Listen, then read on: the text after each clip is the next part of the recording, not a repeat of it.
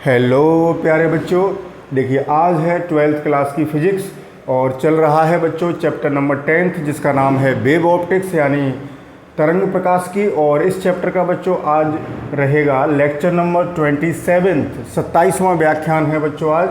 और पिछले लेक्चर में बच्चों हमने पढ़ा था कि परावर्तन द्वारा हम समतल ध्रुवित प्रकाश कैसे उत्पन्न करते हैं। तो आज हम दूसरा मेथड पढ़ रहे हैं जिसका नाम है अपवर्तन द्वारा समतल ध्रुवित प्रकाश कैसे उत्पन्न किया जा सकता है।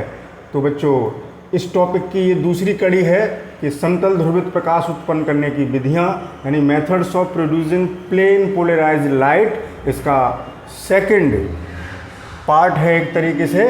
तो आज अपवर्तन की घटना से प्रकाश का ध्रुवण सीखने से पहले बच्चों हमें थोड़ा सा जो पिछले लेक्चर की बात है वो थोड़ी सी रिवाइज करनी पड़ेगी। जैसे हमने ये बताया था कि जब किसी पारदर्शी माध्यम पर, जैसे ये कोई पारदर्शी माध्यम, जैसे मान लीजिए कांच की प्लेट है बच्चों, ये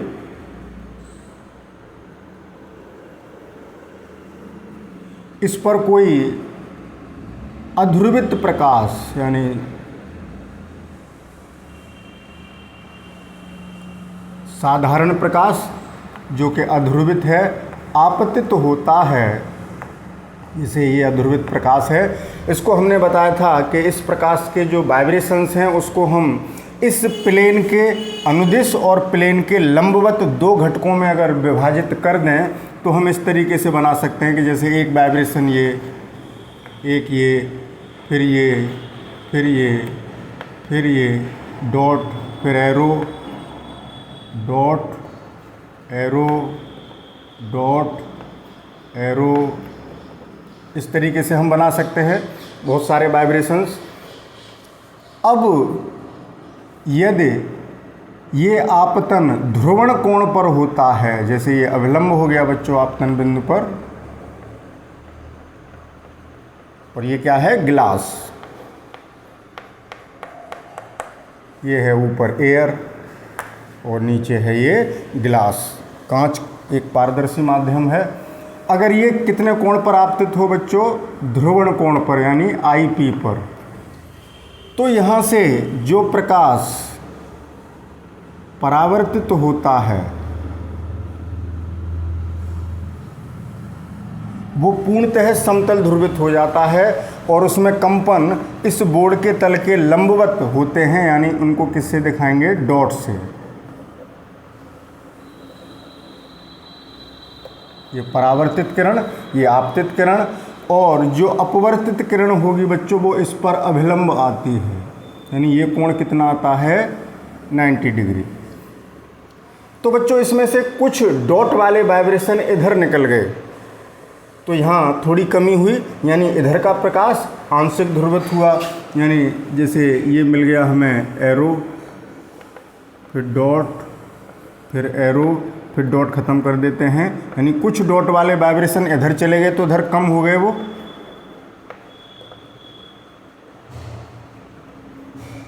तो इधर हम कम बनाएंगे, ठीक है, ये हमने कम बनाए हैं इसकी तुलना में। जैसे उदाहरण के तौर पर हम ये मान लेते हैं कि बच्चों यहाँ जब आपतन हुआ, उदाहरण को 100 डॉट वाले कंपन हैं मान लीजिए, और जिससे कि परसेंटेज समझने में भी आसानी होगी, और 100 हैं ये एरो वाले, 100 डॉट वाले और 100 इधर, और 15 इधर निकल गए बच्चों। ये वाइब्रेशन कितने आ गए, 15। तो कितने हो गए इन डॉट वालों का 15%, डॉट वालों में से 15%, वैसे ये 200 हुए टोटल। उदाहरण के तौर पर एक संख्या आंकड़े ले रहे हैं, वाइब्रेशंस तो बच्चों अनंत होते हैं, बहुत बड़ी संख्या होगी, लेकिन इन संख्याओं से आपको समझने में आसानी होगी। तो एक तरीके से 15% हो गया, 15% किसका, डॉट वाले वाइब्रेशंस का। 100 में से 15 इधर गए तो 15% हुए। टोटल का देखेंगे तो 200 में से देखेंगे, तो 200 में से देखेंगे तो एक तरीके से ये लाइट, टोटल लाइट की कितनी हो जाएगी, 15/200 गुणा 100, यानी 7.5% है एक तरीके से। तो जो तीव्रता होगी बच्चों यहाँ पर अब वाइब्रेशन बहुत कम रह गए, तो यहाँ पर अगर तीव्रता 200 है तो यहाँ तीव्रता लाइट की कितनी रह गई, 7.5%। तो बहुत कम तीव्रता का प्रकाश मिलता है, बहुत कम होता है। लेकिन ये जो लाइट है वो समतल ध्रुवित होती है पूर्णतः, और ये आंशिक ध्रुवित, क्योंकि इसमें से कुछ डॉट वाले जो वाइब्रेशंस थे वो इधर परावर्तित किरण में चले गए हैं, तो यहाँ कमी हुई। तो अगर ये सारे डॉट वाले ख़त्म हो जाएं तो केवल एरो वाले वाइब्रेशंस रह जाएंगे, और ये लाइट भी कैसी हो जाएगी बच्चों, समतल ध्रुवित हो जाएगी। तो वही क्रिया हमें करनी है, और हम ये चाहते हैं कि यहाँ पर तीव्रता बढ़े, तो उसके लिए हम ये विधि अपना रहे हैं कि अपवर्तन द्वारा किस तरीके से हम समतल ध्रुवित प्रकाश उत्पन्न करते हैं। तो इस तरीके से समझें कि जैसे मैं इसको और बड़ा कर दूं,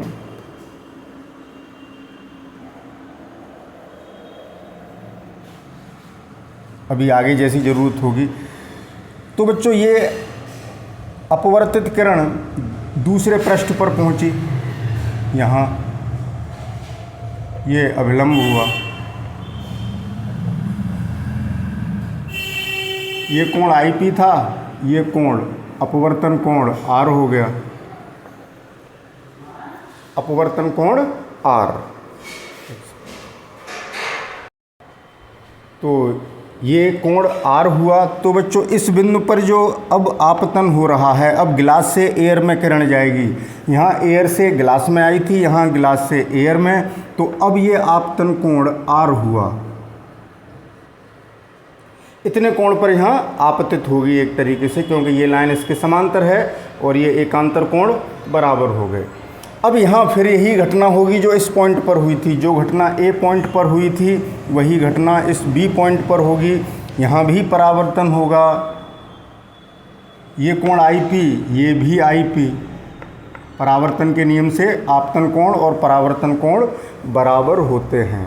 तो अब बच्चों अगर यहाँ देखें तो 15 तो आ गए डॉट, और इस वाली लाइट में जो अपवर्तित हुई थी 85 रह गए डॉट, डॉट वाले वाइब्रेशन, और एरो वाले वाइब्रेशन जो कि इस आपतन तल में स्थित हैं वो 100% यहीं मौजूद रहे।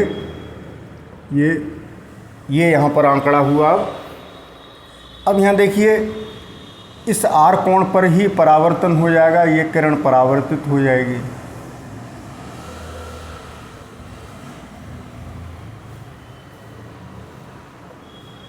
अब इसमें 85 रह गए थे, एक आंकड़ा लेके चल रहे हैं, 100 लेके चले हैं समझने के लिए।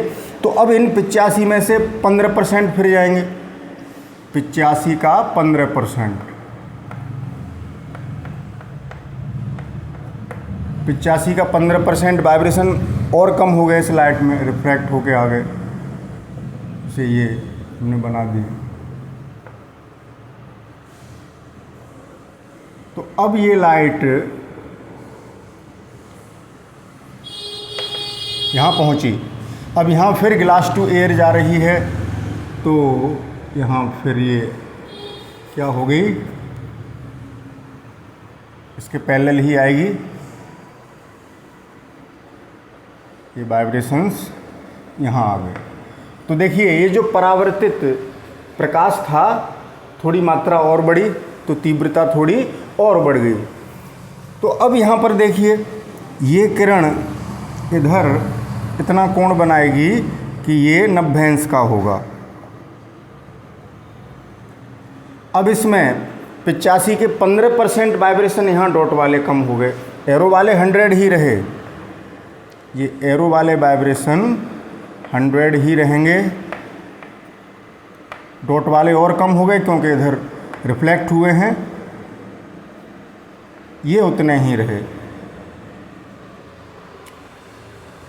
तो डॉट वाले और बनाने हैं, उनकी संख्या आप थोड़ी सी कम बनाएंगे। तो देखें एक दो बार परावर्तन के बाद डॉट, यहाँ एक बार परावर्तन हुआ डॉट में कमी आई, यहाँ एक बार फिर अपवर्तन हुआ, फिर डॉट्स थोड़े और कम हुए, रिफ्लेक्ट हुए। तो यहाँ 85 का 15% अगर हम देखें तो अभी देखते हैं, जैसे आंकड़ा अभी आपको बताते हैं बच्चों, तो ये आता है 85 × 15 = 12.75, यानी एक तरीके से 12 से लेके 13 के बीच में वाइब्रेशन और कम हो गए यहाँ पर, ठीक है ना। 100 में से 12 और कम हो गए, तो यहाँ इंटेंसिटी थोड़ी बढ़ी। अब यहाँ एक प्रश्न उठता है कि क्या यहाँ पर ब्रूस्टर के अकॉर्डिंग घटना होगी कि क्या ये कोण, इस कोण पर तो हमारा कंट्रोल था कि हम इस कोण को चेंज कर सकते थे, लेकिन इस कोण पर हमारा कोई कंट्रोल नहीं है। ये कोण इस पर डिपेंड करेगा कि कितना आई है, उस पर ये डिपेंड करेगा आर। तो क्या जब ये ध्रुवण कोण पर यहाँ आपतित हुई थी, तो यहाँ पर जब ग्लास टू एयर जा रही है, ग्लास टू एयर, तो क्या ये कोण भी ध्रुवण कोण पर ही आपतित होगी? उसको भी देख लेते हैं। तो उसका जवाब है ध्रुवण कोण पर ही आपतित होगी, अगर यहाँ पर ध्रुवण कोण पर आपतित हुई है। ये है ग्लास, और अब जा रही है ग्लास टू एयर, और ये डॉट वाले वाइब्रेशंस और एरो वाले अब भी 100 ही रहे, यहाँ नहीं, यहाँ।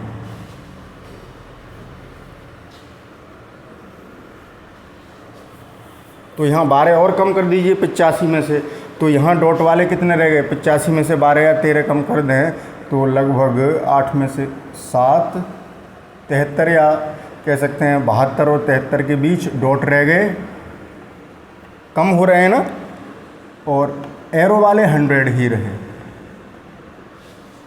ये स्थिति हुई।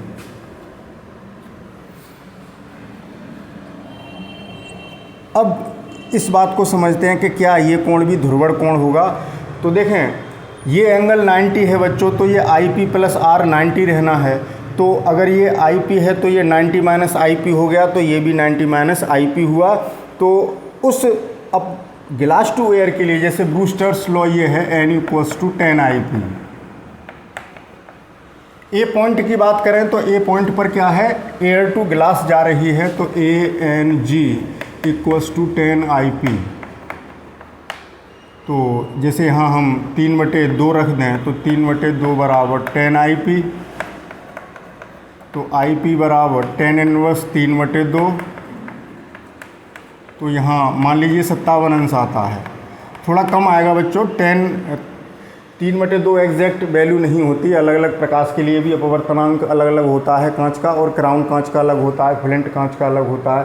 तो एवरेज हम 57 मान लेते हैं।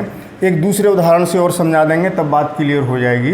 तो अगर 57 है तो ये R कितना आया, IP + R 90 हुआ, इन दोनों का योग 90, तो बराबर 57। तो R बराबर आ गया, और IP कितना है 57, 90 + R = 90, तो R बराबर आ गया 90 - 57 यानी 33। तो अब देखते हैं ग्लास टू एयर के लिए कितना होगा।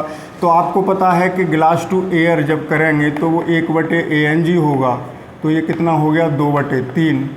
अब जो I निकलेगा इस पॉइंट के लिए, इस पॉइंट के लिए अगर IP निकालें, IP डैश, तो 10 इनवर्स 2/3 आएगा।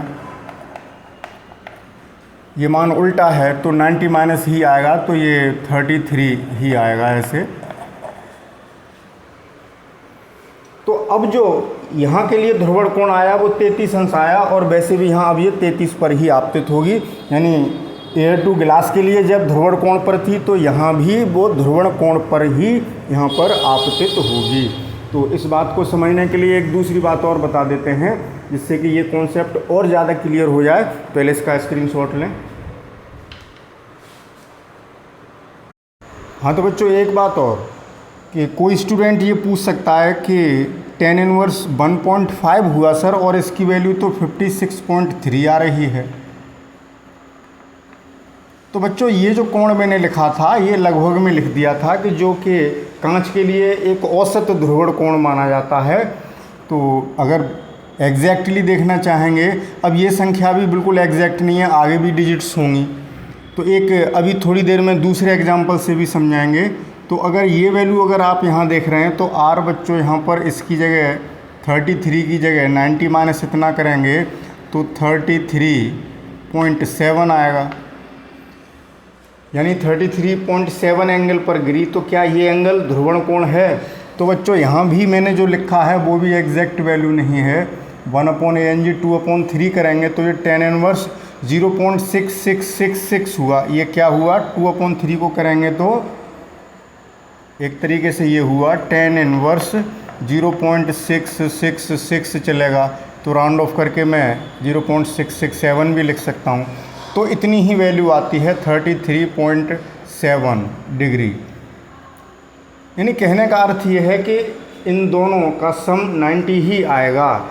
यहाँ पर अगर ध्रुवण कोण है तो यहाँ भी ध्रुवण कोण ही आएगा। इस बात को एक दूसरे तरीके से समझने की कोशिश करते हैं। अब बच्चों इसका स्क्रीनशॉट ले लें।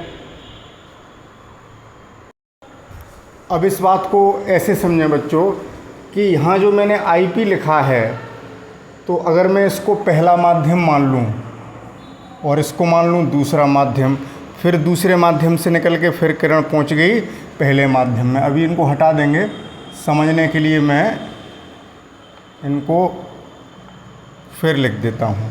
पहले माध्यम से दूसरे में गई, फिर दूसरे से निकल के पहले में गई। अगर ये आपतन कोण ध्रुवण कोण के बराबर है और उस ध्रुवण कोण का मान अभी हमने 57 जैसे लिखा, मान लो थीटा होता, ये कितना होता? थीटा ध्रुवण कोण। तो बच्चों ये भी थीटा हुआ, ये 90 का हुआ, तो ये 90 माइनस थीटा हो गया r। अब ये 90 माइनस थीटा पर यहाँ पर आपतित होगी, तो r हो गया हमारा 90 माइनस थीटा। ये कब है? जब थीटा कब है? जब पहले माध्यम से दूसरे माध्यम में जा रही है।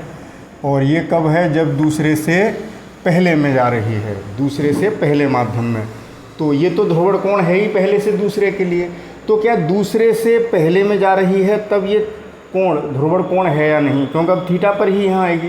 देखो ये थीटा तो ये थीटा, ये थीटा तो ये 90 माइनस थीटा, तो ये 90 माइनस थीटा पर आएगी। तो अब 90 माइनस थीटा इसके लिए ध्रुवण कोण है या नहीं वो देखना है। तो देखें जब पहले से दूसरे में जाएगी तो अपवर्तनांक होगा 1n2, और दूसरे से पहले में जाएगी तो अपवर्तनांक होगा 2n1, और 2n1 जो होगा वो कितना होगा बच्चों? 1/1n2, यानी मान कहना चाहिए उसका व्युत्क्रम होगा। और देखें जब दूसरे से पहले में गई और यहाँ थीटा था, यहाँ 90 माइनस थीटा हुआ, तो जब ये वैल्यू व्युत्क्रम हो गई तो पहले tan थीटा और फिर यहाँ हो गया tan 90 माइनस थीटा। तो इनके मान भी तो व्युत्क्रम होते हैं। tan थीटा की जो वैल्यू होगी बच्चों वो tan 90 माइनस थीटा की होगी, क्योंकि ये म्यू बराबर tan IP n बराबर म्यू लिख लें अपवर्तनांक। क्या ये कब है? जब 1n2 है। 1n2 बराबर tan थीटा और 2n1 बराबर हो गया tan 90 माइनस थीटा। और इधर के ये मान व्युत्क्रमानुपाती वो व्युत्क्रम है। ये जैसे ये इसकी वैल्यू x है तो ये 1/x होगा, ठीक है। तो क्या इधर ये सेटिस्फाई हो रहा है? तो आपको पता है कि जो मान tan थीटा का होता है उसका व्युत्क्रम tan 90 माइनस थीटा का होता है। अर्थात ये दोनों इक्वेशन सेटिस्फाई हो गई, यानी एंगल ऑफ पोलराइजेशन पर ही गिरेगी। कैसे? कि जैसे देखें आप ऐसे समझ सकते हैं कि जैसे tan थीटा का मान x हो तो tan 90 माइनस थीटा का मान कितना होगा? 1/x। और वही यहाँ हुआ है, अपवर्तनांक व्युत्क्रम हो गए तो एंगल 90 माइनस थीटा हो गया है, जो कि एंगल ऑफ पोलराइजेशन है। तो 1/x तो इतना होगा। आप कहेंगे कैसे? ये लाइन सर कैसे आ गई? 1/x कैसे हो गया इसका मान? ऐसे हो गया बच्चों, जैसे इस साइड को हल करें तो tan 90 माइनस थीटा क्या हो गया? एक तरीके से cot थीटा, और cot थीटा बराबर कितना होता है? 1/tan थीटा, और 1/tan थीटा का मान x, तो 1/x ही तो आया, इसलिए मैंने 1/x लिखा। फिर उदाहरण के लिए देख लें, जैसे tan 30 का मान 1/√3 है, या tan 60 लिखूँ मैं, tan 60 का मान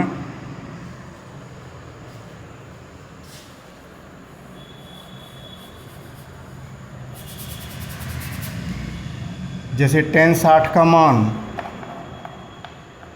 √3 है तो tan 90-60 यानी tan 30 कितना आएगा 1/x, यानी इसका उल्टा, और वही होता है आपको पता है tan 30 होता है 1/√3। तो अगर एक एंगल थीटा है तो उसकी tan की जो वैल्यू है तो tan 90-थीटा की वैल्यू उसकी वैल्यू के व्युत्क्रम के बराबर होगी, और ये भी आपस में व्युत्क्रम है। तो ये बात प्रूव हो गई बच्चों कि अगर यहाँ एंगल ऑफ पोलराइजेशन पर आपतित होती है तो यहाँ भी एंगल ऑफ पोलराइजेशन पर ही आपतित होगी। एक तरीके से r की वैल्यू इस पॉइंट के लिए एंगल ऑफ पोलराइजेशन होगा। बात क्लियर हो गई। तो बच्चों अब यहीं फिर लौट के आ जाते हैं इसी पॉइंट पर कि इस तरीके से आपने देखा कि जब मल्टी रिफ्लेक्शन हो रहे हैं, जैसे हम इसको जो स्लैब थी वो हम यहाँ पर बंद कर देते हैं, मतलब ये कांच का हमने एक प्लेट ली थी। तो पहली बार रिफ्रैक्शन पर हमें जो वाइब्रेशन मिले थे डॉट वाले, अब दोबारा रिफ्लेक्शन होने से और उनकी संख्या और बढ़ गई, और इधर इन डॉट वाले वाइब्रेशंस की संख्या कम होती जा रही है। ये एक प्लेट से दो बार अपवर्तन से ऐसा हो गया। अब बच्चों एक काम करते हैं कि इसके नीचे एक और प्लेट रख देते हैं, फिर क्या होगा, जो काम यहाँ हो रहा है फिर वहीं होगा। क्यों होगा, देखें बच्चों, अब लौट के फिर ये एंगल कितना आ गया, ये वाला एंगल, ये फिर 90-r आ गया, जो कि फिर IP के बराबर हो जाएगा। तो अब यहाँ अगर एक और सीट ऐसे लगा दें, थोड़ा नीचे बनानी पड़ेगी,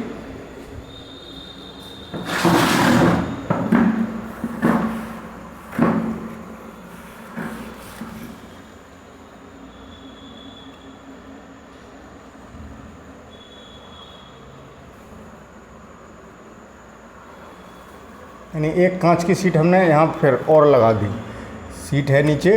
तो यहाँ फिर बच्चों यही काम होगा जो काम यहाँ हुआ था।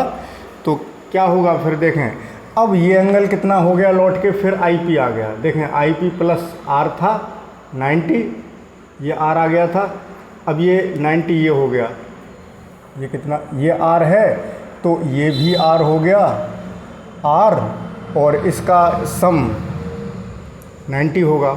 तो फिर ये वही इसी एंगल पर आ जाएगी। जैसे ये 57 था तो ये 33 आया था, जब ये 33 आया था, ये 33, ये 90 है, इन दोनों का योग फिर 90 है, तो ये फिर 57 आ गया जितना यहाँ था। तो लौट के वही एंगल, तो फिर ये लौट के फिर एंगल ऑफ पोलराइजेशन पर आ गया, IP फिर आ गया। तो अब यहाँ फिर वही क्रिया होगी बच्चों। तो उसके बाद डॉट, यहाँ डॉट कितने आ चुके हैं 73, अब 73 के फिर 85% डॉट इधर रिफ्लेक्ट हो जाएंगे। तो ये काम, और इधर जो निर्गत किरण होगी, जो अपवर्तित किरण होगी, उसमें डॉट और कम रह जाएंगे।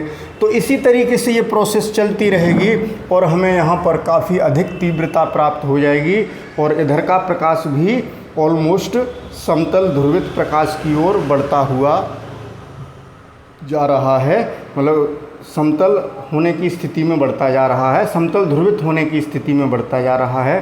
तो अब इसी कॉन्सेप्ट को अब हम, यानी अब क्या करेंगे, ऐसी बहुत सारी प्लेट्स लेंगे, एक के बाद एक प्लेट, एक के बाद एक प्लेट, एक के बाद एक प्लेट, फिर यहाँ से ध्रुवण कोण पर किरण को गिराएंगे। तो ये बहुत सारे रिफ्लेक्शंस के बाद इधर प्रकाश की तीव्रता काफ़ी बढ़ जाएगी, समतल ध्रुवित प्रकाश मिलेगा, और इधर जो ट्रांसमिट होगी लाइट, जो निर्गत होगी लाइट, वो भी ऑलमोस्ट ध्रुवित हो चुकी होगी, क्योंकि जो डॉट वाले वाइब्रेशन हैं वो सब रिफ्लेक्शंस के बाद परावर्तनों के कारण इधर आ जाएंगे। जैसे उसको हम फिर बनाएंगे, अभी उन्हीं प्लेट्स को बनाते हैं बच्चों, जो बात हम कहना चाह रहे हैं। हाँ तो बच्चों, इस तरीके से जैसे ये कांच की प्लेट, फिर ये कांच की प्लेट, फिर ये कांच की प्लेट, ऐसे बहुत सारी कांच की प्लेटों से गुजारेंगे प्रकाश को। मैंने उदाहरण के तौर पर 3 दिखाई हैं, 3 नहीं होंगी बच्चों, बहुत होंगी, ठीक है ना। तो अब इनको बिल्कुल मिला के नहीं रख देंगे कि एक प्लेट के ऊपर दूसरी कांच की प्लेट, फिर तीसरी, फिर तो वो एक एक टुकड़े का काम करेगी। अगर सभी टुकड़ों को मिला दिया तो फिर वो कांच का एक टुकड़ा यानी एक सीट यानी एक प्लेट जैसा काम करने लगेगा। फिर वहाँ दो ही जगह रिफ्लेक्शन होंगे, एक यहाँ एक यहाँ। हमें मल्टी रिफ्लेक्शंस कराना है कि कई बार रिफ्लेक्शन हो, जिससे कि इधर परावर्तित प्रकाश की तीव्रता बढ़ जाए जो समतल ध्रुवित है, और अपवर्तित प्रकाश या जो निर्गत किरण होगी वो भी ऑलमोस्ट कैसी हो चुकी हो, समतल ध्रुवित हो चुकी हो। तो बहुत सारी प्लेट्स होंगी और इनको अब गैप में रखना है। तो गैप कैसे पैदा करेंगे? तो बच्चों पेपर, इनके बीच में पेपर रख दिया जाता है। अब आप कहेंगे पेपर रख दिया तो फिर लाइट कैसे गुजरेगी? तो लाइट ऐसे गुजरेगी बच्चों, उसमें सेंट्रल अपार्चर होगा। जैसे पेपर इतने, एक प्लेट ली और पेपर रख दिया, यानी इतने, ये पेपर ये है, उसमें यहाँ से लाइट जाएगी। ये पेपर प्लेट्स को अलग अलग कर रहा है। ऐसे यहाँ पेपर है, एक प्लेट ली, उसके ऊपर एक पेपर रखा, जो पेपर किनारों पर होगा, बीच में उस पेपर में छेद होगा तो लाइट उसमें से गुजर जाएगी और दूसरी प्लेट से गैप भी हो जाएगा। जैसे यहाँ गैप दिखाई दे रहा है तो उनको गैप में रखते हैं बच्चों, ठीक है ना, एक साथ एक के ऊपर एक नहीं रख देंगे। तो अब जो घटना अभी यहाँ पर समझाई थी कि किस तरीके से क्या होता है, वो यहाँ पर होगा। जैसे मैंने यहाँ मान लीजिए एक ये प्रकाश की किरण गिराई और ये अध्रुवित है। कैसा प्रकाश है बच्चों? अध्रुवित है, साधारण प्रकाश। इसमें ये वाले वाइब्रेशंस भी हैं, डॉट वाले भी हैं। चलिए छोटा सा फिगर बनाना है, इसलिए डॉट भी हैं, एरोज भी हैं, इस तरीके से। तो अब ये कितने एंगल पर इंसिडेंट की है? ध्रुवण कोण पर। आपतित किरण जो है बच्चों ध्रुवण कोण पर आई है, ध्रुवण कोण पर आपतित की है। तो अभी मैंने बताया था वही काम होगा। यहाँ से लाइट रिफ्लेक्ट होगी, वो कैसी हो जाएगी? समतल ध्रुवित। और उसमें वाइब्रेशन कैसे होंगे बच्चों? इस आपतन तल के या इस बोर्ड के तल के लंबवत, आपकी कॉपी के अनुसार आपकी कॉपी के कागज़ के तल के लंबवत। और यहाँ से लाइट फिर क्या होगी? अपवर्तित होगी। इसमें कैसे वाइब्रेशन होंगे? डॉट भी होंगे, एरोज भी होंगे, लेकिन डॉट कुछ कम हो गए होंगे। फिर यहाँ से लाइट रिफ्लेक्ट होगी। यहाँ भी अभी मैंने बड़ा फिगर बना के बताया था, यहाँ डॉट होंगे, फिर ये इधर इमर्ज हो जाएगी, फिर इसमें डॉट होंगे, डॉट वाले वाइब्रेशन होंगे। फिर यहाँ क्या होगा? फिर अब इसमें यहाँ तक आते आते फिर डॉट कम हो गए, डॉट कम करते जाएंगे। फिर यहाँ से क्या हुआ? डॉट वाले वाइब्रेशन निकले, ठीक है ना, फिर अवलंब की ओर मुड़ गई, फिर ऐसे निकले, फिर यहाँ डॉट आ गए। तो इधर देखें इंटेंसिटी कैसी होती जा रही है, बढ़ती चली जा रही है। डॉट वाली जो वाइब्रेशंस हैं वो बढ़ते चले जा रहे हैं। फिर यहाँ, फिर ऐसे, फिर ऐसे, फिर ऐसे, इस तरीके से होगा। यहाँ भी होगा रिफ्लेक्शन। अब यहाँ कॉम्प्लिकेटेड फिगर हो जाएगा, इसलिए ज़्यादा वैसे बनाने की ज़रूरत नहीं है। ये डॉट डॉट डॉट। और यहाँ क्या होता जा रहा है बच्चों? डॉट उधर शिफ्ट होते जा रहे हैं रिफ्लेक्टेड लाइट में, और इधर डॉट्स की संख्या कम होती जा रही है। और क्या बढ़ते जा रहे हैं? बढ़ते नहीं जा रहे, वो उतने ही हैं 100%। यहाँ जितने एरो थे उतने एरो तो यहाँ भी निकलेंगे, ठीक है। फिर यहाँ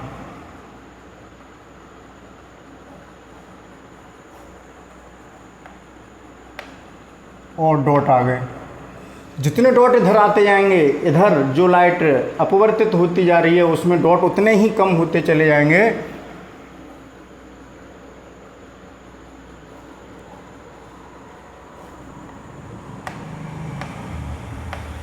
तो इधर इंटेंसिटी, परावर्तित प्रकाश में इंटेंसिटी बढ़ गई। परावर्तित प्रकाश पूर्णतः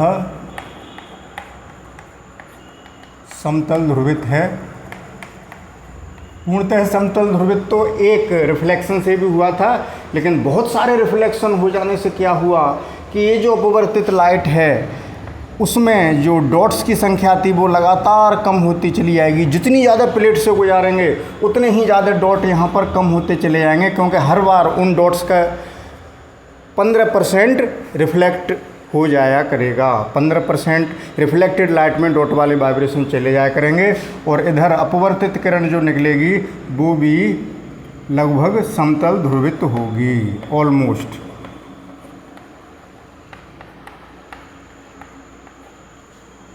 अधिकांशतः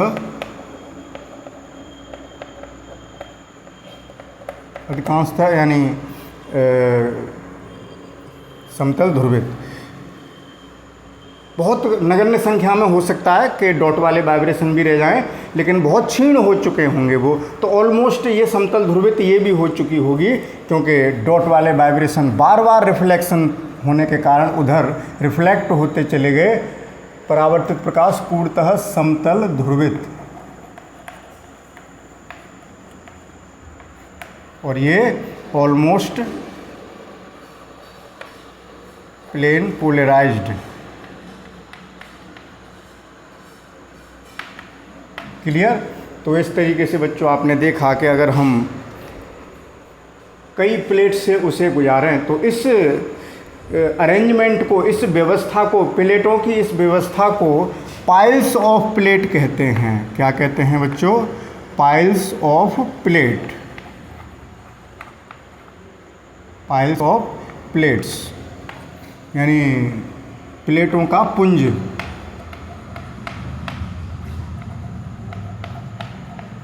मतलब पाइल्स एक तरीके से ढेर होता है ना, ढेर, एक के ऊपर एक प्लेट, एक के ऊपर एक प्लेट हम ऐसे ही रखते चले गए हैं बच्चों।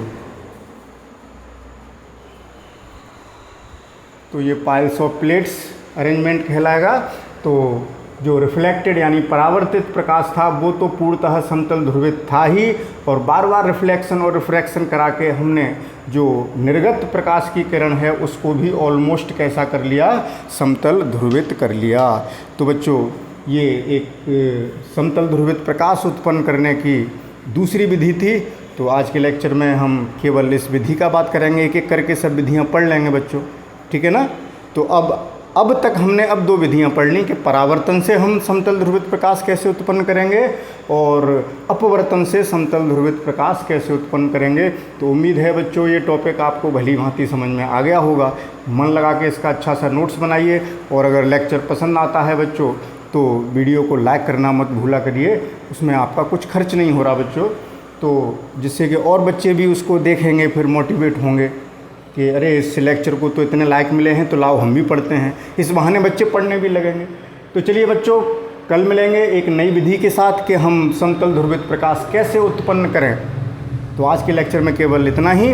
Okay, best of luck, thank you for watching.